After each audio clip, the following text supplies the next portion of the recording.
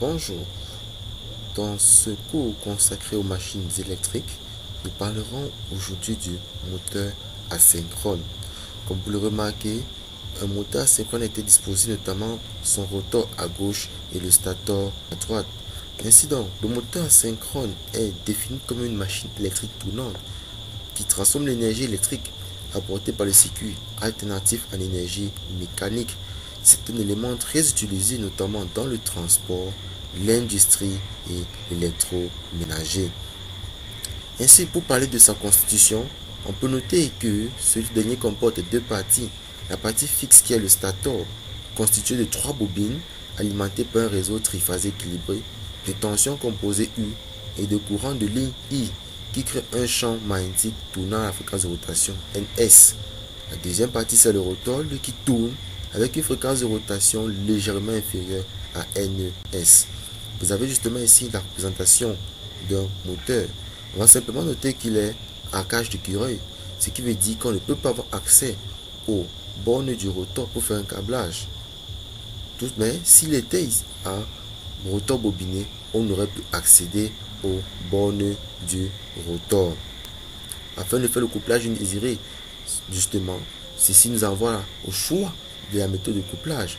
Voilà pourquoi ce tableau nous montre qu'il est important de faire attention en fonction du réseau d'alimentation et de la plaque signalétique, de choisir la bonne tension pour alimenter notre moteur, tout en n'oubliant pas que la tension simple, c'est la tension traversant un enroulement, la tension composée, c'est qui traverse deux enroulements. Vous avez donc ici la représentation physique du couplage, notamment en étoile, et du couplage en triangle. Tout ceci passe par une bonne utilisation de la plaque signalétique. Voilà pourquoi il est important de toujours prendre le temps de consulter la plaque signalétique d'un appareil électrique avant de l'utiliser afin d'avoir les renseignements nécessaires. Ceci nous conduit donc au bilan des puissances. La puissance absorbée, elle, ne change pas. La formule est la même, c'est U et racine de 3 cos phi, quel que soit le couplage. On va donc se retrouver qu'on a des pertes au stator. Ces pertes sont d'ordre pertes joule et pertes constantes. Ainsi, la puissance active moins la somme de ces pertes nous donne la puissance transmise au rotor. Cette puissance, quant à elle qui est transmise au rotor, il y aura également des pertes là-bas. Pertes par effet joule, pertes mécaniques. En enlevant ces pertes, on aura donc la puissance utile, qui est la puissance, elle, utilisable par la charge. La notion de puissance utile nous conduit à une autre notion qui est celle du rendement.